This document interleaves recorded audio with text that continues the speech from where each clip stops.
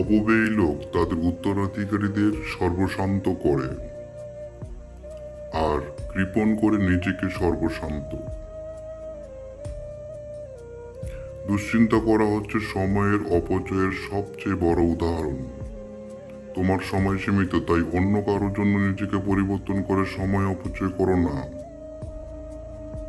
তাই কোনো সময় অপচয় হবে না যদি তুমি এটাকে সঠিকভাবে ব্যবহার করতে পারো। সুতরাং ধৈর্য এবং সময় অপচয়ের মধ্যে যে পার্থক্যটা বুঝতে পারে সেই মূলত জীবনের আসল মানেটা খুঁজে পায়। বয়ে যাওয়া সময়ের জন্য পুনরায় দুশ্চিন্তা হলো পুনরায় সময় অপচয়ের মতো। একটা দেয়ালকে ধাক্কা দিয়ে একটা দরজা বানানোর পিছনে সময় অপচয় না করে বরং একটা নতুন দরজা বানিয়ে নেওয়াই ভালো, দেয়াল কেটে। মনে রাখবেন, সম্পদ অপচয় করলে আপনি শুধু সম্পদ থেকে বিচ্ছিন্ন হবেন, আর সময় অপচয় করলে আপনি জীবনের একটা অংশ থেকে বিচ্ছিন্ন হয়ে যাবেন।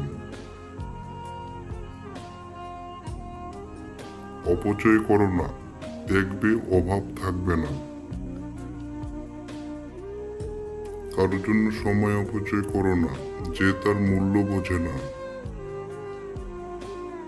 তুমি যা করছো যদি এর মূল্য না থাকে তবে তা নিঃসন্দেহে অপচয়।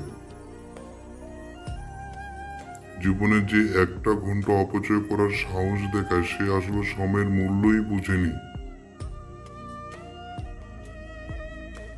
জীবনে কখনো খাবার, পানি, সম্পদ এবং সময়কে অপচয় করো না,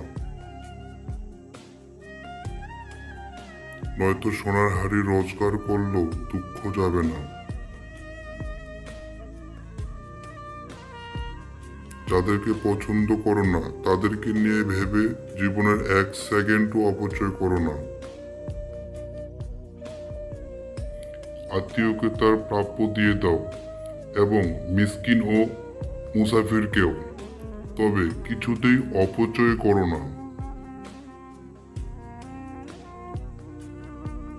তোমরা আহার করো, পান করো, কিন্তু অপব্যয় করবে না। আশা জন্মায় স্বপ্নে, নিজের কল্পনাতে এবং সেই সব ব্যক্তিদের সাহসে যারা স্বপ্নকে বাস্তবায়নে পরিণত করার সাহস দেখায়। আশা হলো সেটা যা আপনাকে হাজারো অন্ধকারের পরেও আলো দেখার ক্ষমতা যোগান দেয়। যখন তুমি আশাকে বেছে নেবে তখন যে কোনো কিছুই সম্ভব।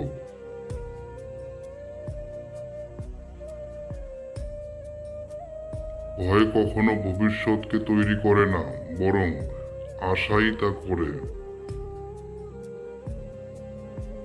আশা ছাড়া বেঁচে থাকা মানে হলো কষ্ট করে বেঁচে থাকা।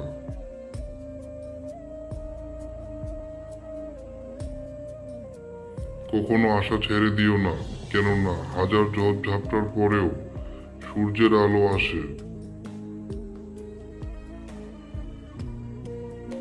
সব জায়গাতেই আশার পাখি রয়েছে, তারা যখন গান গায় তখন শোনো। হতাশার পরে আশা আসে এবং অনেক সূর্য আসে অন্ধকারের পরে।